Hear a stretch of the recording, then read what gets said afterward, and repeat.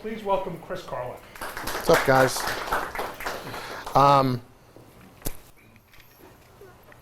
So, how many of you came in here knowing, in here being Rutgers, knowing, or even if it's not something you want to do, knowing you wanted to pursue journalism or being on the air or something in television or radio? Okay, I mean that's about right. So I'm 43 now. I've been in the business for almost exactly 20 years. And I went to college at a small school in central New York named Hobart. It's Hobart and William Smith Colleges, big lacrosse school, but certainly not any kind of broadcast program of any sort or TV, or I think we had one journalism class in the 4 years that I was there. And had no idea that this is what I wanted to do. Wanted to go and be a lawyer. I had two older brothers who were lawyers. I thought, that looks like good money, looks like a pretty good life, maybe not bad. So my freshman year, I took a poli-sci class, and that was over pretty quickly. I figured out I had no interest in that. At the same time, I had a friend who was involved at the radio station who came up to me and knew that I was a huge sports fan. I had been a huge sports fan since I was a kid and always into it. You know, watching the Mets every day. I could not have been more into it. And so this friend came up to me, and they needed a color commentator on the football broadcast for Hobart, which was a tiny Division III school. And it was on a radio station that if you were in the back of the room, you couldn't hear. But basically what happened was they were looking for one because one of the former football players had been the color commentator and had gotten pretty drunk at a bar downtown, and somebody decided he was being pretty obnoxious, so let's play a joke on him. They went up behind him and pulled his pants down. He turns around, punches the first person he sees. And that's an off-duty cop. That's some pretty bad luck. But it's good luck for me because I just said they needed somebody like immediately, and I knew a little bit about football. I'd only played a couple of years of it, but I got into doing it and just fell in love with it almost instantly and figured out that's what I want to do. It's a lot different, obviously, now than it was then, but at Hobart, I just did every single sport that I could. Now, I had a huge benefit in that there were not people lining up to be on the air there to do any kind of sports. There were people that wanted to be DJs, and they do that kind of thing, but as far as sports were concerned, there were only a couple, 2, 3 people who did it. So literally, as a freshman, I got to do almost everything. Field hockey, soccer, lacrosse. I didn't know half these sports, but it didn't matter. I got a chance to do these things. So after a year or two, I figured out, all right, do I want to stay or do I want to go somewhere else and go into a program for this, like Syracuse, something like that? Why would I go anywhere else and wait in line to do things that I'm already getting to do? So I didn't really have any instruction, but my instruction was all off of listening to announcers on TV. And somewhere along the line, I figured out I wanted to be the next Marv Albert. And just do as many games as I could in every, because it was just such a blast to be able to do that. Fast forward, during the summers, I got internships with a minor league baseball team that was in town. That is the league that the Brooklyn Cyclones are in now. It was in much smaller towns back then. I got to do some of those games, which were also on our student radio station. But did all of the meaningless work that went along with it too, as far as it went all the way down to pulling the tarp on the field when it was raining and dumping Diamond Dry. Every possible crummy job I could do was what I had to do as an intern there, and I made $17 a game doing that, and I didn't get paid when I did the radio. So fast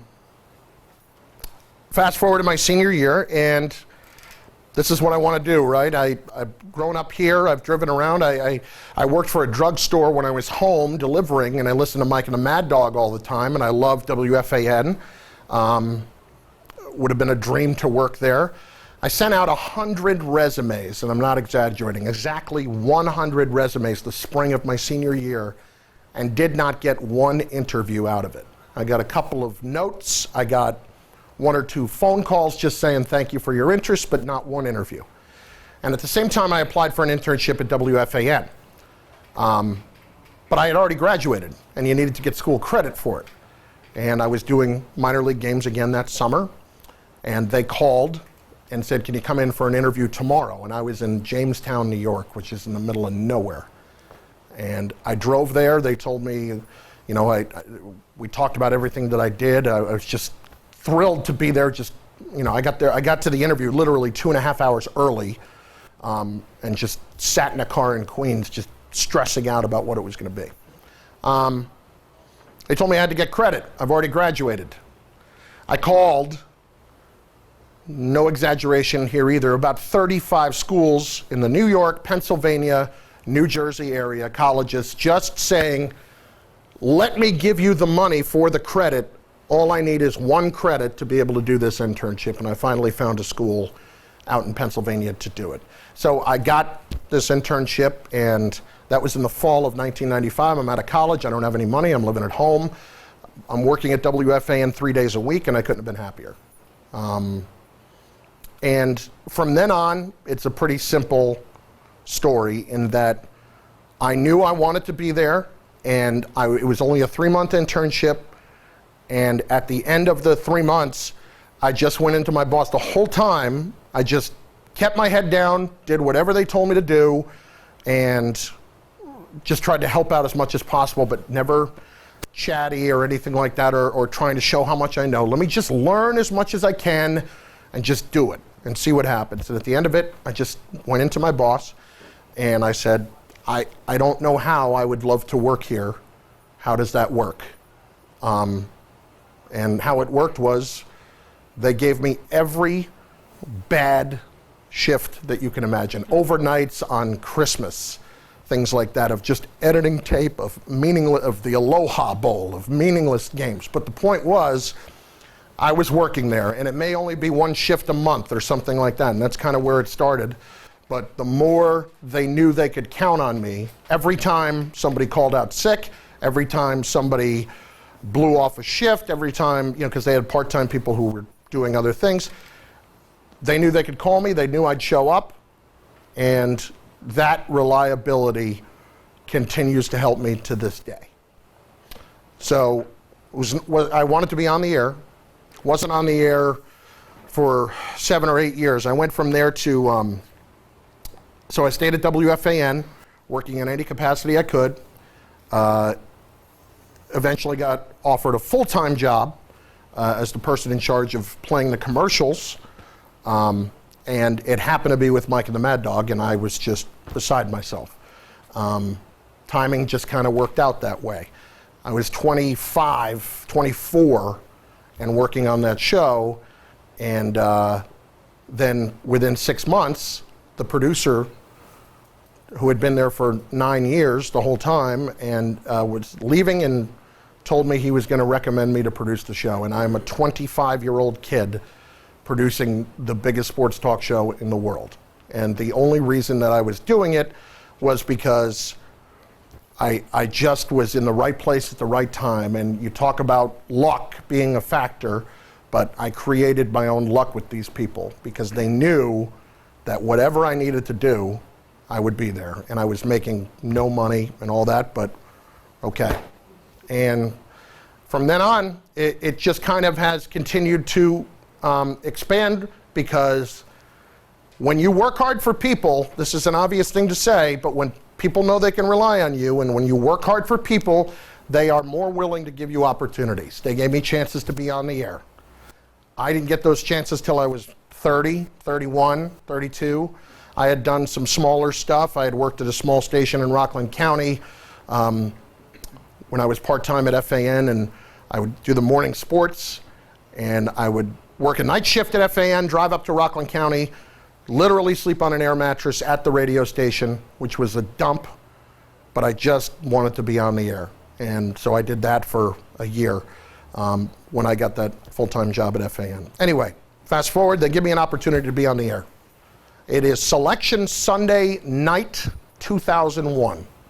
I am beyond nervous. You got to know everything about every college basketball team that is going to be in this tournament, and you can't look stupid, and you have to get some guests on, and you have to do all this. Did the show. It was a 3-hour show from 9 to midnight, and the next day my boss called me into his office and he said, "You stunk. That was awful." I said, "What?" He said, "You were too concerned about knowing every little thing than just kind of interacting with people." And, I didn't get another chance for 7 or 8 months, but I continued to work hard at it, at my other job, so that they would be willing to give me those chances. And it came more in the summer. So I did 3 or 4 more of those, and it was going nowhere. In the meantime, what I've left out is that I had interviewed for a job that summer at Bucknell University. Now, during my college career, when I was doing those minor league games, the team moved to Williamsport, Pennsylvania in the summer of 1994, and I started working with a guy named Bob Beeler. Bob was the voice of Bucknell, and they hired him to do the radio games for this team in Williamsport for the summer. And I never learned so much from somebody. He continues to be a mentor to this day. He is now the voice at Boise State. But tremendous guy. Learned an immense amount from him. But he leaves. He got a job at UMass to move up to that next level. And I wanted that Bucknell job in the worst way. Part of the job it was twofold. You call all the games for whatever they need, all the way into spring, into baseball. And you also sell all the advertising on the radio station for the broadcast. I had never sold anything in my life. Interviewed for this job, interviewed with 5 or 6 different people. The football coach liked me. I had known him. And I thought, I'm going to get this job. I didn't get the job. I was absolutely crushed. And the reason was I had not sold before. I had never done anything like that. And at that point, I'm sitting there, is this going to work? I can't get a job on a mid-level school in Lewisburg, Pennsylvania. Is this going to work? Maybe I'll just be off the air for the rest of my life. Okay. Starting to think about that stuff. But then that kind of factored into getting to do these other shows when they would throw me a bone in the summer when people were out. And at one point, I just decided, you know what, I'm just going to go in there and, who cares if I don't know a particular fact or whatever. I'm kind of an idiot to begin with, just in terms of I'm goofy, I like to have a little bit of fun, all that stuff. And I just said, I'm just going to start messing around with the callers, try to make passionate points, have opinions on some things, but just let it fly. See what happens. Went in, did it, thought my boss would yell at me the next day because it was goofy. I was kind of laughing with some people, all that kind of stuff. The next day, calls me into the office. That's it. That's what I've been talking about. And I know this is like the most cliche thing you will ever hear in your life. It was all about just being myself. And I know that everybody tells you that every day. Oh, just be yourself. Guys, I'm not joking. It's the whole reason I got anywhere. So they started giving me more chances. Again, it was kind of back to the mindset of working every shift on the air that was undesirable, middle of the night, doing overnights, doing all that kinds of stuff. And, it just continued to grow into something until it was a full-time job. And I've kind of bounced around a little bit since then in a good way, in that it went from radio to TV into what I'm doing now. I don't want to ramble on here too much, but... I mean, it's very interesting, and what he's talking about is the same as writers. You found your voice. Yeah. The same as being a writer, the same as being an announcer, the same as being a broadcaster. When you found your voice, you found your way. Yeah, I found out I'm an idiot, and I embraced it. And I'm joking about that, but I say it to this day. I excel when people let me be an idiot. On Loudmouths, I can yell, I can scream, I can do whatever I want. I can be an idiot. But it seems to work. We've been doing it 7.5 years.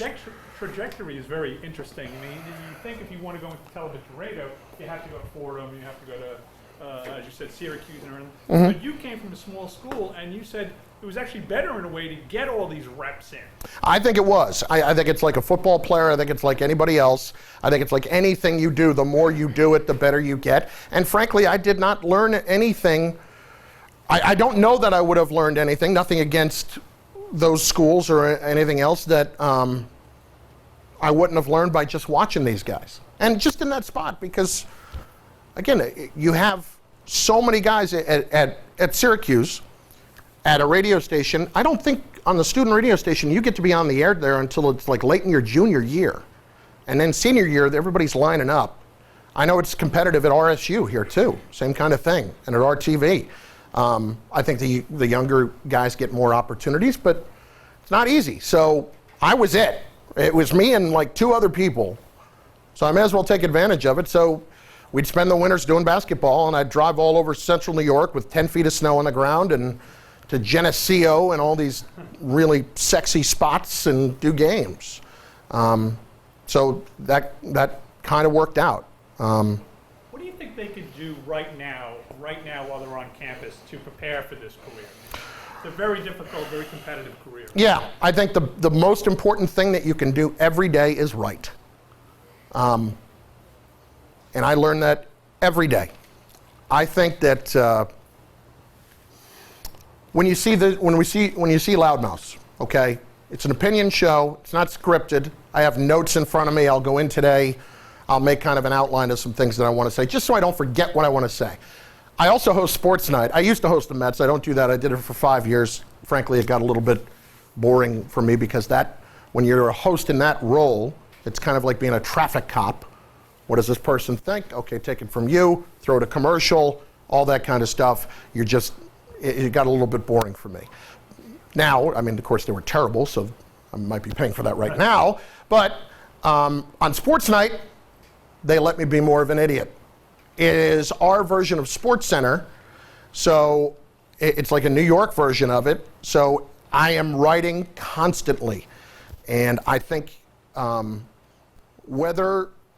if you don't want to be a writer, that doesn't matter. You need to know how to coherently put your thoughts together in a very cogent way. I still have not done that to this day. I'm not doing it right now. But if you don't do it, you can't formulate your thoughts. You can't get an opinion out. I can't get an opinion out in 45 seconds and make sure I get in everything that I have to say. Or when I have to write a 15-second voiceover over some tape, I have to get 3 or 4 things into that 15 seconds. It's not easy to do. Doing updates at WFAN, I did those briefly. Same kind of thing. It's all writing. It's all writing. You have to be able to put your thoughts together. And I'm not talking about writing essays every day. I'm just talking about writing a sports story or 2, just very brief. Just knowing that you can, or if you want to be an opinion person and you have opinions on certain things, writing down your opinions. What points would I make if I was arguing with somebody about this? Briefly, I'll take you through the rest of it real quick. 2005, pure happenstance. I was doing overnights on FAN full-time at this point because I made some shifts in the lineup. My own show. Thrilled every night after the games, get to react to everything.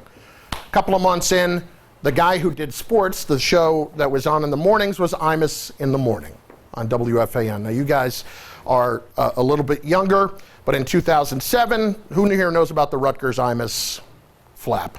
Okay. He said that he said that on a Tuesday. No, he said it on a Wednesday.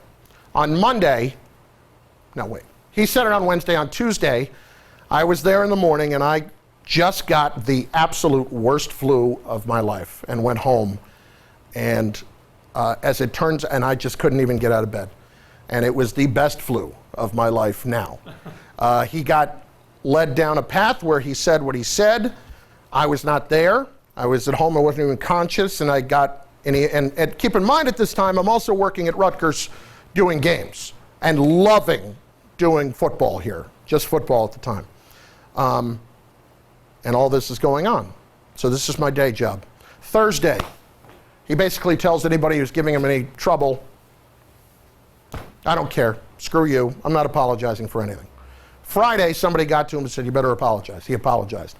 How that whole week went in 2007, there was not any other news going on, and it just kind of started to steamroll, and advertisers started pulling out. And when that happens, that's when the networks and those people make their decisions and cut you loose.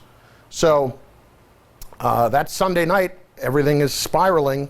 I'm about to go back to work. I don't want to go back to work.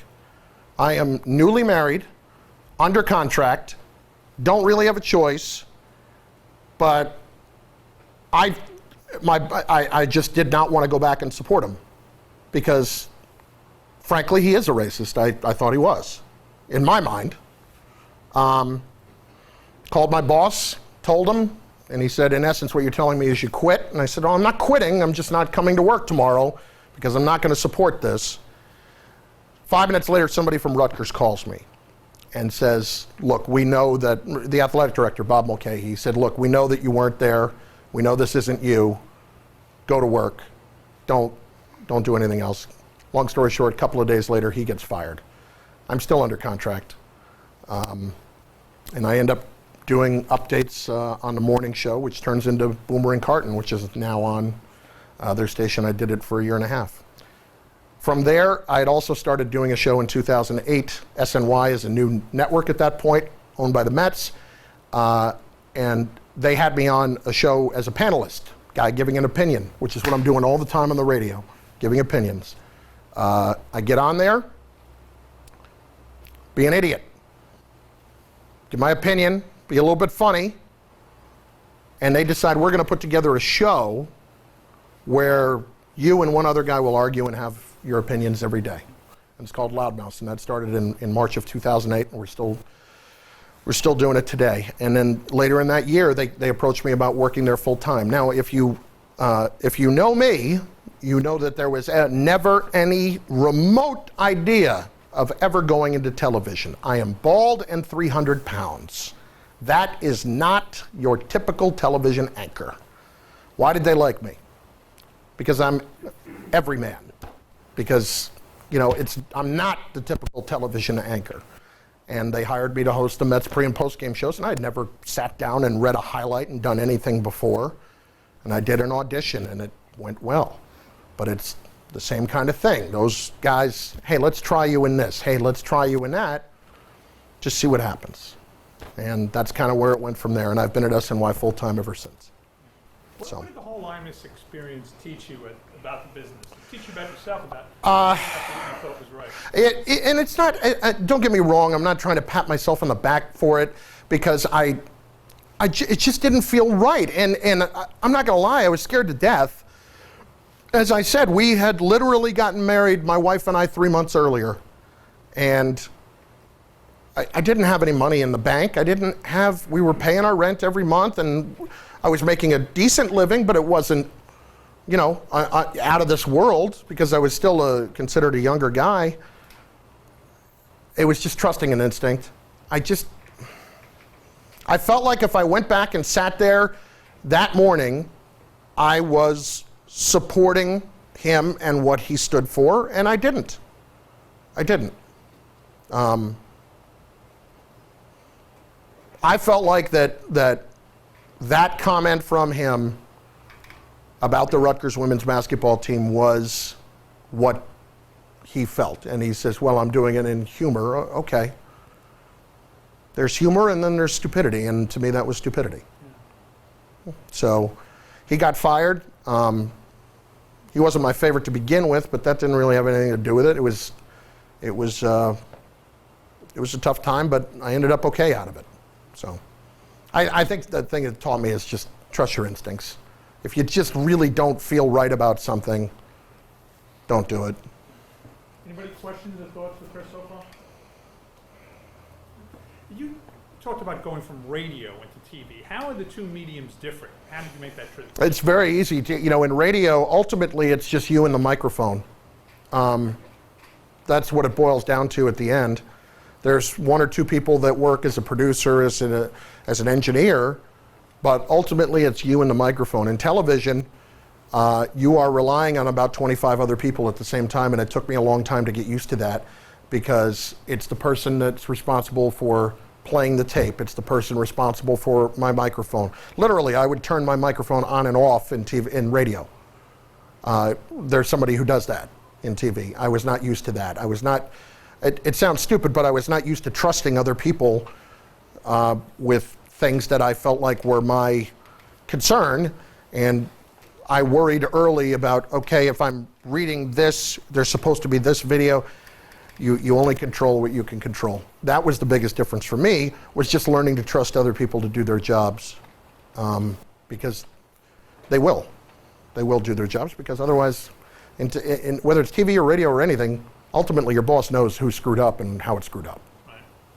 So. What do you think the jobs are going to be in the future of this business? I think there's going to be a lot of jobs. If you really look at the landscape of sports media, it is changing every day, and for you guys, in my opinion, in a positive way. Because I think there are more and more outlets for people to work in, internet, whatever. What is everything about these days? Content. Everybody needs content. It's a conversation that a lot of us have every day about what could be next. Whether it's internet, I mean, the thing that comes to mind is Bleacher Report. Here's Bleacher Report that just was this small online thing, and they are now doing video every day. They now have a tie-in with Sirius XM. They have their own channel. There are so many outlets to do things on.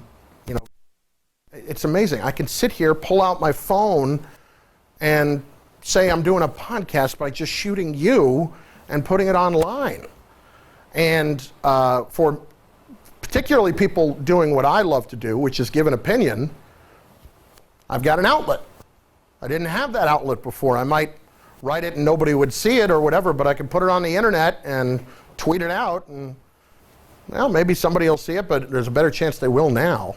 And I think that that is a very positive thing. I think the negative part of that is that there will be so many different places and so much, so many outlets. I don't think the salaries for those folks are going to be going higher, because as in anything, we'll always find somebody who's younger and cheaper, or just cheaper, to make it work.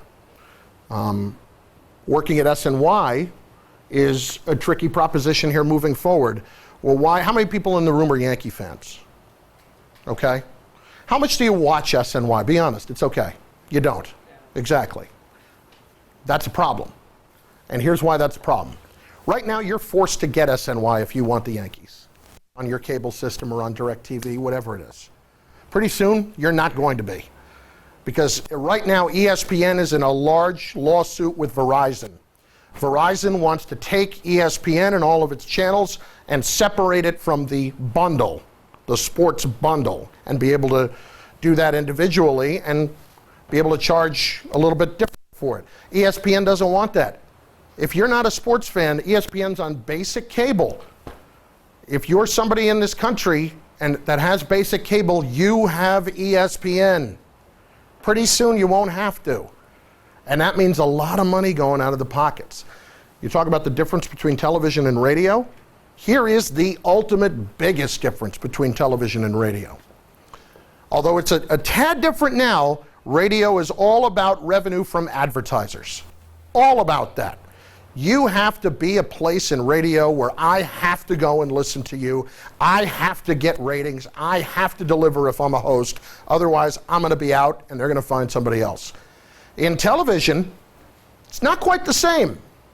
I'll use our network, and it's not speaking ill of our network, but at SNY, right now, we're getting your $1 per month anyway.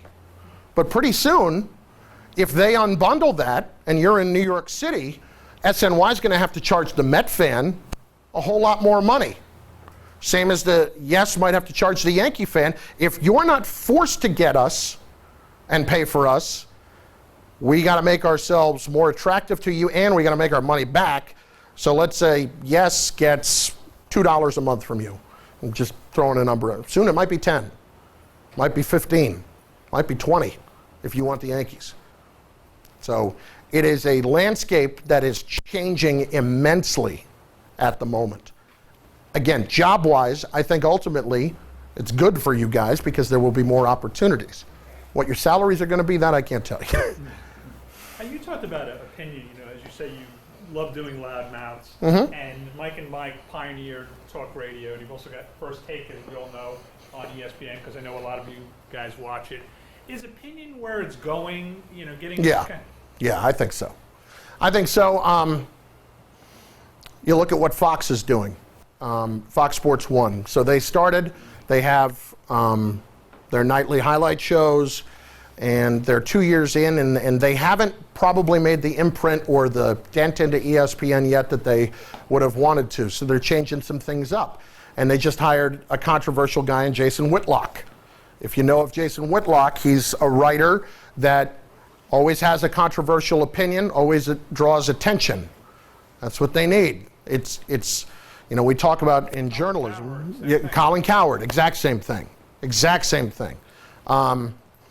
They talk about in journalism, one sec, just in journalism in bringing light. In other words, breaking stories, shining a light onto something. It's also about heat, the energy that it will bring, giving you a reason to have to see a show on a particular morning. Go ahead. Talking about particular morning, I think a big one for ESPN is First Take. It's huge.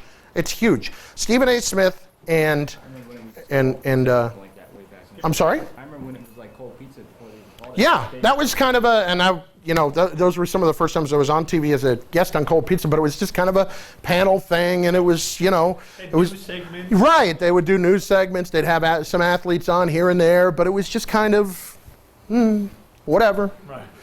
Now it's I'm in your face. I'm giving you my opinion. You have to know it. And Skip Bayless makes over $1 million a year. I don't know what the exact number is, just to do that. Stephen A. is an interesting guy. I think he's kind of been through the cycle of ESPN a few times. He had a radio show on ESPN New York. Then he was on ESPN. He had a show called Pardon the Interruption. He did. I forget the name of it. Quite frankly. Thank you. But then that all kind of went away because he wasn't getting ratings. He wasn't doing all that. And then they created First Take. So he's kind of had a resurgence, and he's got now another show, big show on Sirius XM to go with that every day. You are nothing without an opinion these days. And honestly, that's the way I feel about almost everything. To prepare for our show later, I go through this morning and write down all of my thoughts and as I'm doing the game. Yeah. Josh. Oh, sorry. You said that in 2000 when you were part of the selection show, the selection on radio, not the selection show itself, but I was on after the selection show on WFAN to talk about just hosting a regular talk show.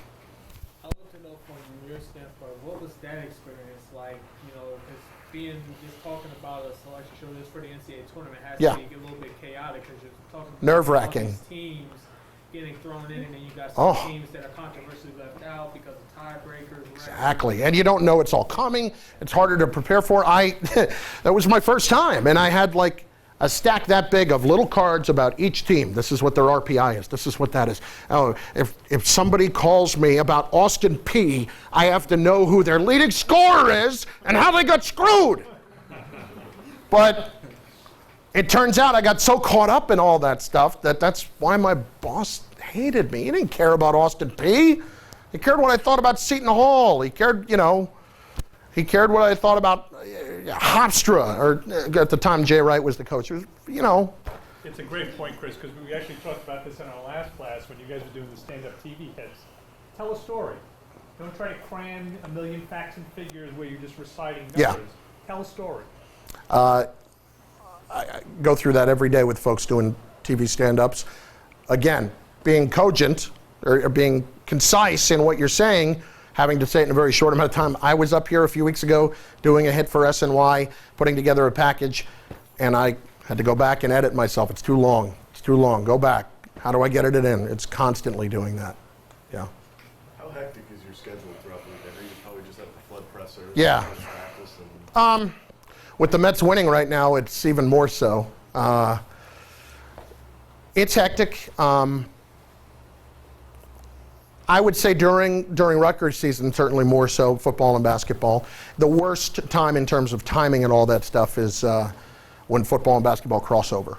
But now with the Mets, I mean, tomorrow, Wednesday, Thursday, assuming there is a Game 5, I will be, I do our 10:30 sports night, but I won't do that this week because it'll be up against the Met game. And they asked me to do the late one, which means I'm not going to get on until after our Mets post game, which has meant in the last couple of weeks I've been getting home around 3 and 4 in the morning, which is not ideal. Biggest issue for me, my wife works here at Rutgers in the athletic department for Sean Tucker, and biggest issue that we have is during the week we do not have a conversation where one of us isn't asleep. I'll get home, a normal week I get home at 1 and she is out the door at 7:30, so I'll say something and she'll be, in the morning she'll say something, all right, I need you to do the, and then an hour later, what am I doing? Yeah. I go in around 2 though. But during football season, I'll come down here for this on Monday for Coach Flood's thing, and then I'll try to come to practice at least once on Wednesday morning. It helps to practice in the morning. And then I go to work. A normal schedule would be 2 to, I leave my house around 2 and get home around 1 in the morning. But that's a great point by Tyler, because this is different business. This isn't a 9-to-5 business. If you go into the sports business, sports media, sports TV, you're going to be working a lot of nights, a lot of weekends. Very few people have mastered how to get that schedule. My former partner on Loudmouth, who was with me for 7+ years, Adam Shine, who just left recently, has his own show now on CBS Sports Network. I don't know how he's done it, but he's done it because he hosts a Sirius XM show every day from 10 to 1. And then he used to come over and do Loudmouth. Now he does his own show from 6 to 7. And he also is now hosting Inside the NFL, which is a huge gig for him. But, another guy that did a quick story about Adam. He has said yes along the way to doing all the right things. Started by doing a small show in Syracuse, New York. Graduated from Syracuse. I can remember when I was working at that small station in Rockland, Adam was at Syracuse in school. I needed somebody to do the sports for me on New Year's morning. He came down and did it. On this station he couldn't hear across the street, 4 a.m. Came down and did it. Why? Because he wanted it. He wanted it badly. Did a show for a few years in Syracuse, came down to New York, he's continued to build his way up. Guy's hosting Inside the NFL now on Showtime every week. Amazing.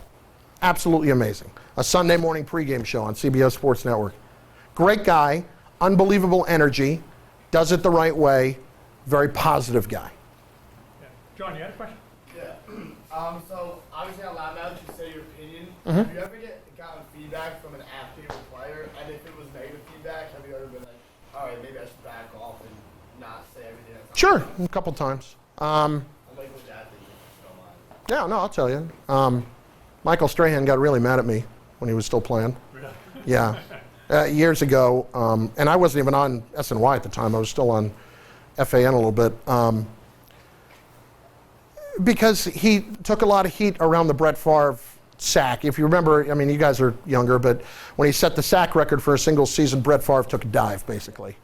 And I just said, well, it's all right. Okay, but it's not taking the record. It's not the record. It is technically, but it's really not. And he got very annoyed by that and would not give me very much in the locker room. I was covering the Giants and doing the Giants pre and post game on the radio at the time. Did not give me a lot. So, I mean, literally held a grudge to the point that I was doing the Giants pre and post game show on the radio for Super Bowl 42, the first time they beat the Patriots. I wanted them for the pregame show. I went to the hotel, the team hotel in Arizona on Saturday when I had a clear day, waited 3 hours, blew me off. You can't tell me it's not because of that. Yeah. There's certain grudges that for whatever reason, if you hold a not popular opinion, Willie Randolph got very annoyed at me. Willie had, when he was managing the Mets, had a lot of people that would listen to the station. And Willie himself would listen to the station. I was critical of him as a manager. During one off season, myself and Kimberly Jones, who works for the NFL Network, terrific writer as well, we're hosting a show at the Yogi Berra Museum. Willie came to the show, immediately started in on me, why you hammering me about this, why you doing that? And I, at the time, 34, 35-year-old kid doing night shows on FAN, but after Met games, that's why he heard it. All right, I get it, Willie, okay. It's my opinion. It is what it is. I gave him the benefit of the doubt on some things. A couple of days before he got fired, I had been critical of him again about how he was handling something, and I showed up at the ballpark, and I walked into the news conference as he's doing his postgame, and he goes, "Oh, look, Curly from the Three Stooges is here." Has anybody ever pointed a finger in my face? No, but listen, I respect it, and I'll always sit. It's my opinion. I'll sit, I'll listen, I'll talk, and I'll give my perspective on something as well. You can't be afraid. If you're gonna put your name and your face to it, got to own it. Hey, I said it. You may disagree, but it's what my opinion is. Have you ever done something for SNY where it's like almost breaking news? Like how quick does that happen if you've done something like that, like a tape like that? No. I mean, I usually it's quick.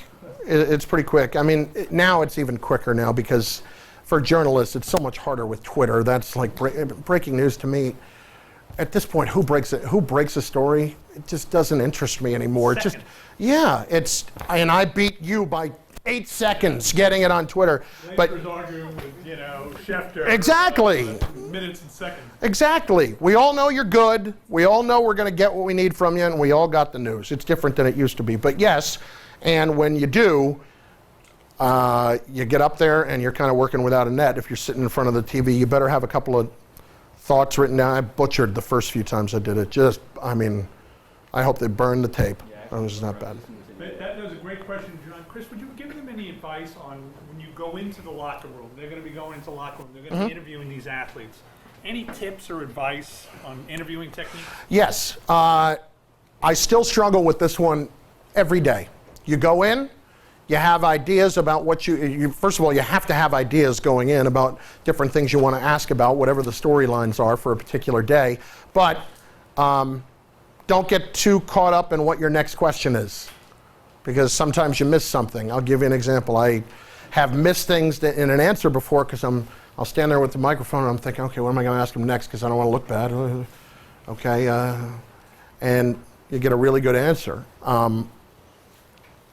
And you didn't hear it and you're just moving on to next. Or if they actually answered your next question without you really even being there. I really focus in on listening to what they're saying in their answer. Don't worry so much about that. I still struggle with it every day. The other thing is just always think, you're the conduit to the fans. You, no matter what Derek Jeter says with the Players Tribune, no matter what all those guys say, you are ultimately the connection between the fans and the players. So what's your job? To ask the questions that the fans want to know. To ask the questions the fans want answered. Now, there are other times where you got to ask other questions just based on whatever a story is, and a fan may not particularly care about it just to get some context, but generally speaking, if I were a fan, if I were sitting at home and I'm about to interview Odell Beckham, what do I want to know from him? Think about that going in.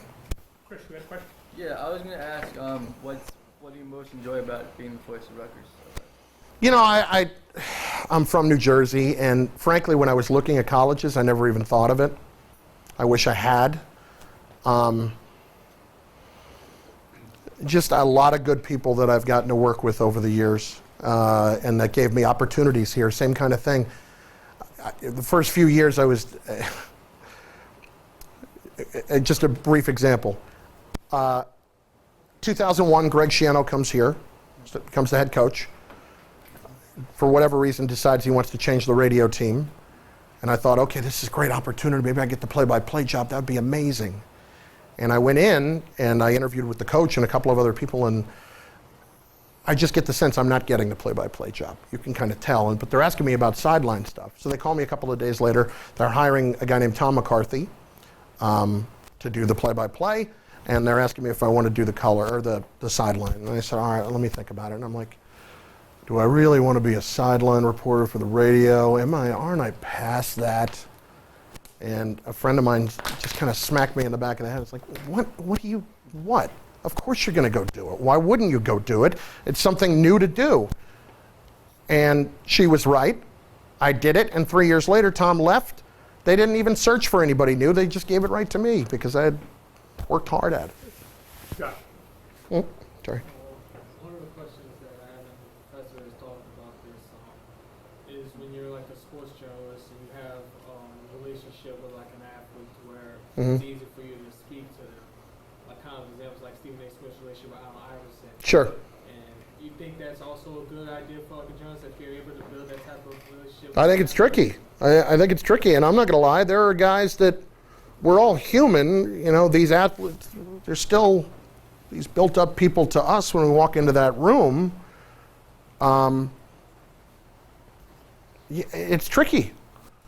You know, I think unfortunately now it's a little bit more about access than it is about being objective. In other words, if for whatever reason I'm really good friends with Matt Harvey and what's gone on in the last month, and I feel like inside I should criticize him, but I don't because I feel like he's my friend. I don't think that's ideal. I don't think it's great, and if I don't do it, I don't love the fact that I didn't do it. But am I worried about him getting mad at me?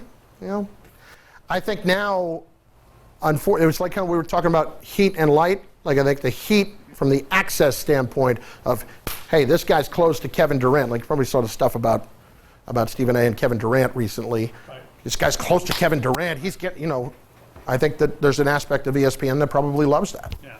You know what, Chris is absolutely right, Josh. I mean, you know, access is important. Brian Windhorst, who's one of the top NBA writers in the country, was hired by ESPN specifically because he had a relationship with LeBron James going back to LeBron's high school days. Now, Brian Windhorst is a journalist and a great one, but being able to play that card when you really need it, it means something. Yeah, and I'm not going to lie to you. Here, there are some difficulties for me. I know a lot of these guys, and not necessarily the players, but a lot of the coaches and administrators, and it's pretty tricky. It's pretty tricky to do that. Tyler. So I know you do loudmouths, all that stuff. What's the favorite thing that you do? You know, it's funny. Like I said, when I was in college, I thought I'm going to be the next Marv Albert. It's not as much games anymore. I love doing it, don't get me wrong, just because I love being around the people and getting some incredibly fortunate times to be there. I mean, right place, right time when we were, 9-0 here and beat Louisville, and I get to come up with a phrase like pandemonium of Piscataway. I mean, that's awesome. Now I really find myself in the I'm nothing without an opinion. I have this innate need that has developed over the last few years, I think partially through doing loudmouths. I need for you to know what I think. I'm not an obnoxious guy. Off the air, I try not to be. But I have that need. Twitter for me is addicting because if I'm not on the air, I've got my outlet and I can get reaction from it right away. I think that, for me, has really become the number one thing. Have you ever had any tough decisions where you gave up a gig without taking? Where I said no to a job? Oh, thanks. I haven't said no to many. What was very hard was I got offered the basketball job here. And at the same time, I was doing the Giants pre- and post-game and really enjoying that. I gave that up, and that was not fun. But I kind of wanted to be here a little bit more and do more games. Basketball's a challenge because you're traveling a whole lot more, but giving that up was not easy. But I've been through the times where you didn't get the job and you're just, what am I doing? And you get smacked back to reality a little bit. James. What's the best piece of advice you've gotten through your career? Couple of things.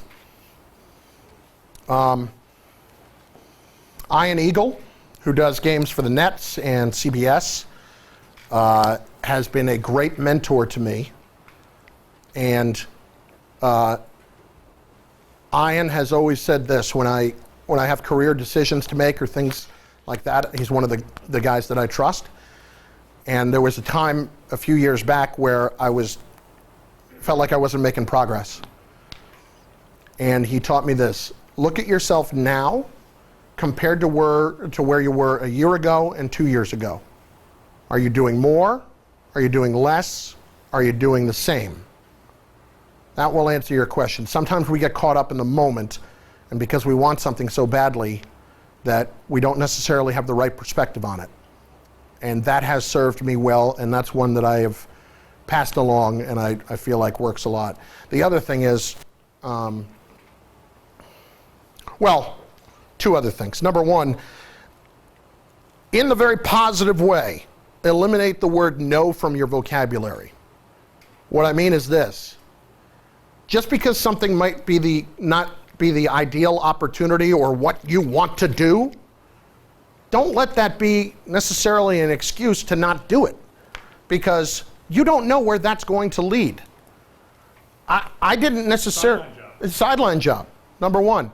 Number two, there's so much of my career that, just little minuscule things. How did I get to SNY? I was doing a show on a network that used to be called CN8, that twice a week, that I got like $120 for. It was nothing, and I had to drive to Union, New Jersey every day. Why would I do this? Well, because somebody else will see it.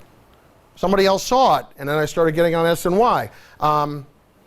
I never thought, like I said, I never thought about being on TV. I never thought about any of that kind of stuff. But why not? Give it a try. You don't know. And the last thing is, you make a mistake. Like for me, at the beginning when I moved to TV, I'd flub over something, move on. Because whenever you make a mistake in life, period, the more you get caught up in it, the more you don't move forward. The more you're just stuck. With the way the Mets are going now, in the past with the way the Yankees have been, what's that competition been like for you being on SNY, having the Yankees almost always be at the top all the time, and trying to compete with MSG, with the Giants and stuff like that? Has that ever changed your mind and what you wanted to do? No, I like competition. I don't know that, we're different. Our network is different in a very positive way to me, in that we have more shows than those networks do. The Yankees show the Yankees. They've got Yankeeography. Yes, it shows the Yankees, I should say. They've got Yankeeography. They've got a few other things. They'll break in when there's Yankee breaking news. They don't do other sports other than the Nets. They carry the Nets. But they don't break in with, they don't do other sports every day. SNY wants to be the home of New York sports. And so we have these other shows. We have Daily News Live. We have Loudmouths. This is original programming that other places don't necessarily have, that they are spending the money to do. And same thing with MSG and a nightly sports show. It's not cheap to do those. And MSG used to do it. They don't anymore. All MSG does now is a couple of original programs and then anything around Knicks and Rangers. So I like that about it. But is there a direct competition?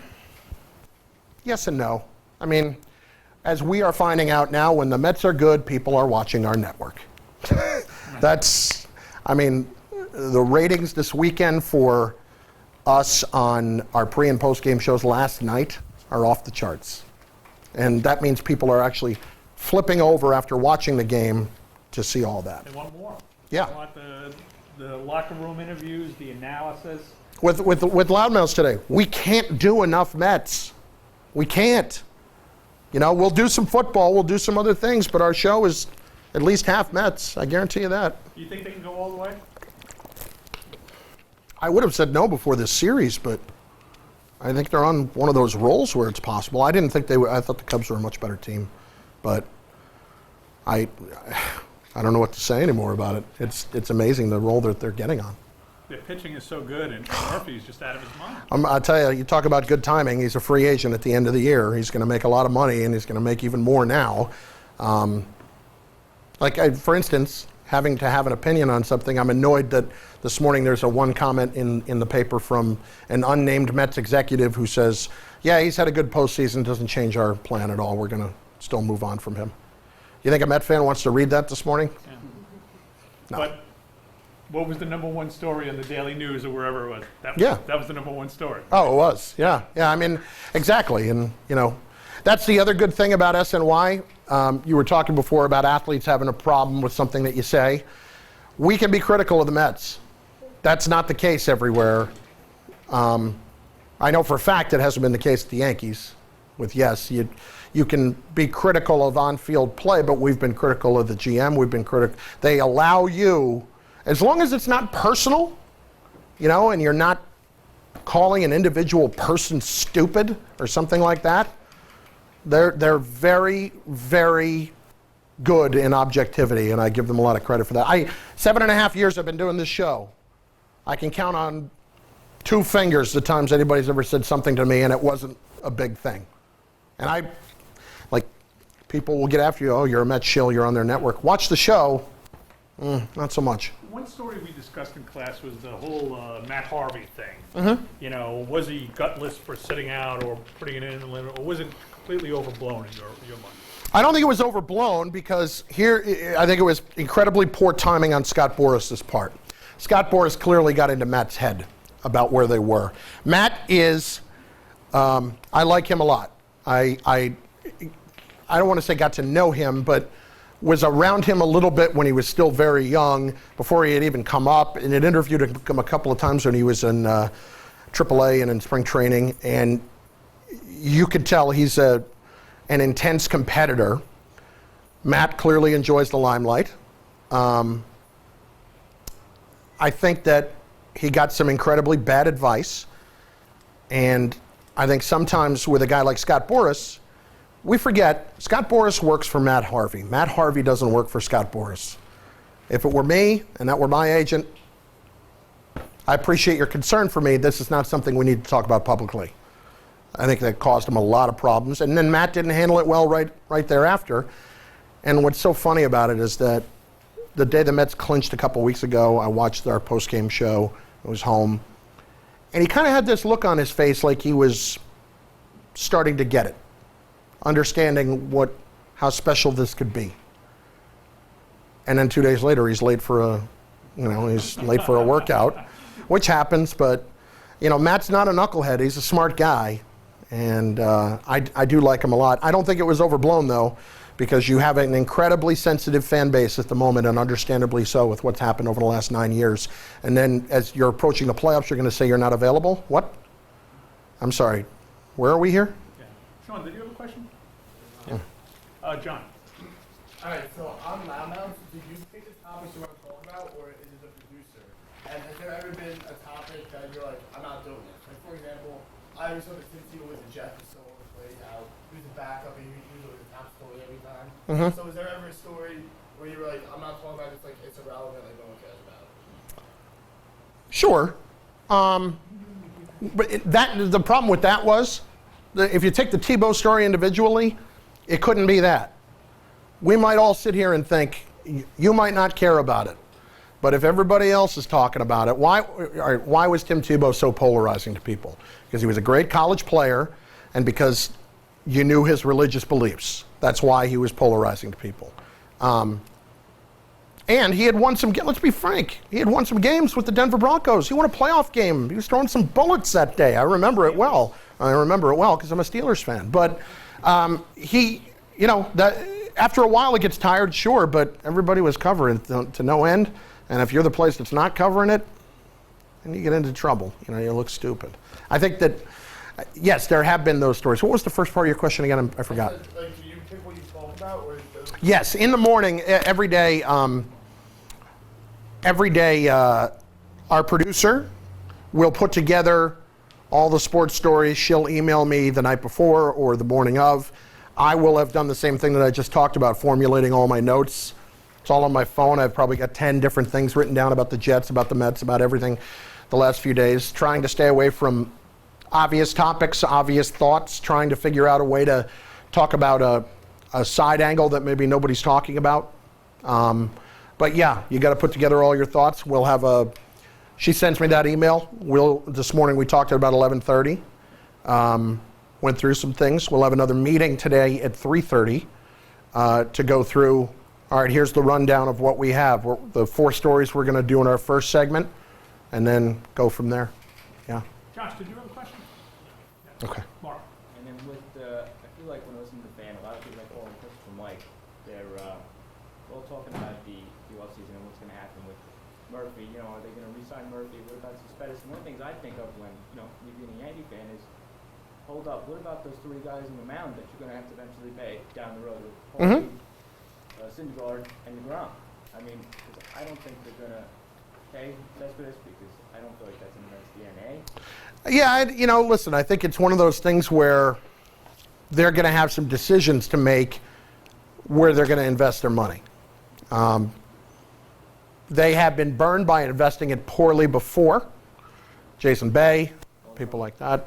I think Beltran gets a bad rap. I think if you really, all the Met fan thinks of when they think of Carlos Beltran as taking strike 3 in 2006, that's not fair. Go back and look at the years that he put together. He's an exceptionally clutch player and had some big seasons for them. But there have been plenty of times, Bobby Bonilla, they're still paying Bobby Bonilla, literally.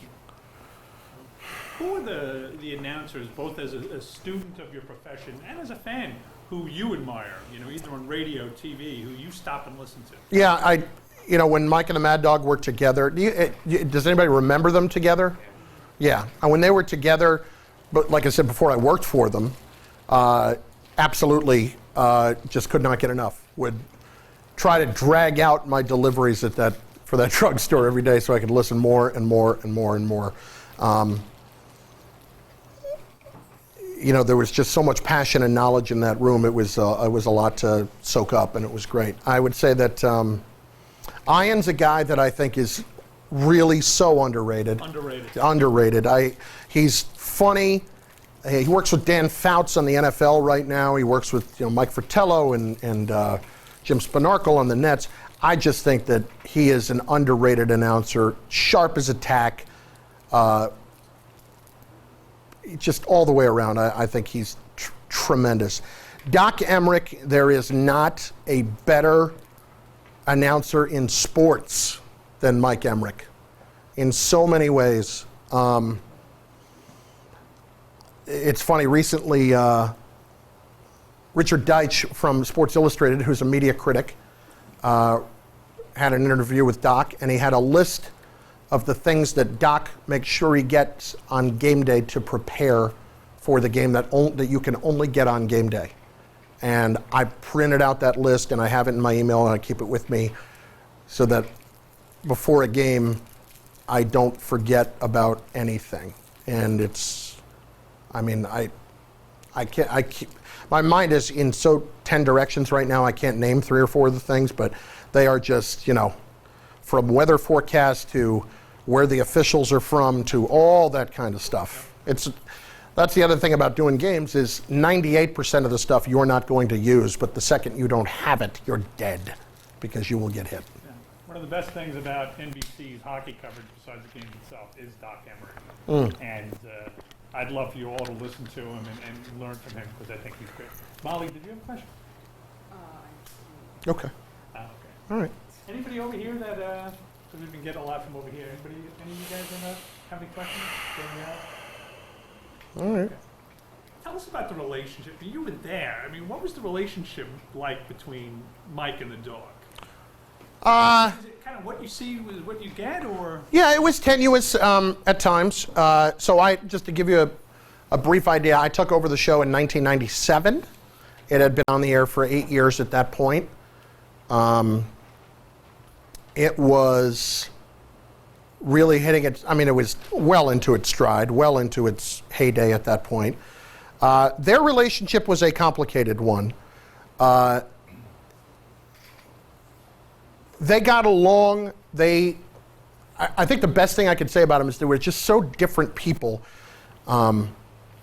Mike has an arrogance to him that translates on the air, and I don't think necessarily that that's a bad thing, because you got to believe in what you're saying, even if you're not right about it. Chris had a passion, and the thing I used to say about the two of them was that Mike always got the credit for having the knowledge, Chris always got the credit for having the passion, but I always felt like Chris's knowledge was vastly underrated. He was an encyclopedia. Mike's passion was vastly underrated. If he got into something, he got into it and, really went after it. There was only one time I produced a show from 1997 to 2004 that I thought they would break up. That was in the summer of 2000, and it was over a very stupid thing. We were covering the Knicks Pacers in the playoffs. We were going back to Indianapolis for, I believe, Game 5. At the airport, our flight gets canceled.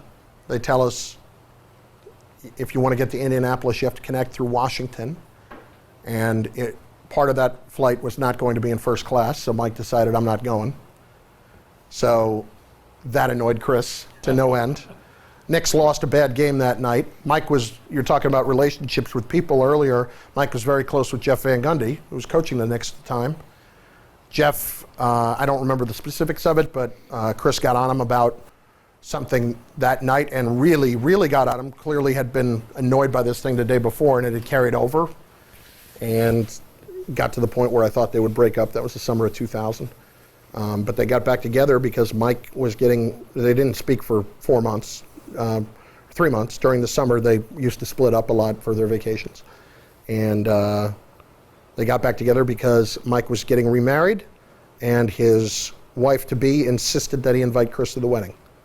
And Chris came to the wedding, and that's exactly, it kind of started to cool off from there. But when they split up, I was surprised and disappointed. Chris clearly wanted to do something on his own and felt like that was his opportunity to do it. It wasn't about money because he was making a lot of money as it was. He made a little bit more out of it, but wasn't because of that. He felt like he wanted to go do his own thing, and I miss it every day because you can have one guy, you can listen to either one individually. It's nowhere near what it was. Nowhere near the same. Magic. Yeah, it really was, and fortunate. I mean, we were talking about this in last class. Do you ever think that they would rekindle, get back together? I think it's possible, but I don't. Mike put it this way.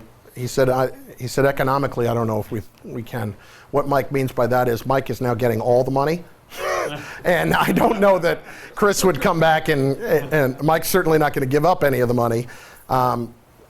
He was fortunate, well, not fortunate, he was smart. When it was summer of 2008 when they split up. Mike's contract was up roughly a month or two thereafter. And when Chris is leaving, station, well, what are we going to do? Well, guys, I'm here, and if you want me to stay, you're going to give me all the money. And that's what they did. So, yeah, I don't know economically that they ever will, which is unfortunate. But. Yeah, I was going to ask you, I know you do the radio show with Eric Grant on Wednesdays. What's your relationship like with him? And did you call the game? I did, yeah. Yeah, it was 5 years ago Friday. I did call the game. I remember it pretty vividly. Him running down on kickoff. It was a violent collision when it happened. And Ray Lucas, who's a former quarterback here and played in the NFL, is my partner on radio, and said immediately, he's hurt, Chris, he's hurt. Just as he went down and hit the ground. And it was a sickness. It was just, frankly, I had only ever seen one other player have that kind of injury and not get up, and it was Dennis Byrd with the Jets in the 90s. And he eventually, continued to get better, but I had never really seen it before. And yeah, it was, I don't even really love to think about it. Admittedly, I did not know Eric well before the injury. With the football team, you do your best to get to know the guys as much as you can, but it's 100 guys. and there's only so much time in the day. So there's only a couple of guys on the team that I would every year say that I'm relatively close with. He's like everybody else says, man, I've never seen him without a smile. I really haven't. And he's into it every day. And he wants to do so much. He does not, and I can't blame him, he does not want to miss out on anything. And he makes sure that he doesn't. He's got good insights. It's been a challenge because Eric, last year Eric's voice, he's a low talker, and to be on the radio, your voice sometimes has to cut through some of the noise, and it's hard for him. So we got voice lessons for him last year, and it's just a diaphragm thing now. Like, he used to be a much deeper talker before the injury, and it's a challenge for him, but he does a great job at it. And just in seeing him in some of the quieter moments, he's become a good friend, and you see what he and his mom go through every day. It's remarkable, and where they were, and the fact that everybody has been as willing to help as they have. It's been great. Mike. Oh, okay. Did you have a question? Yeah. Okay.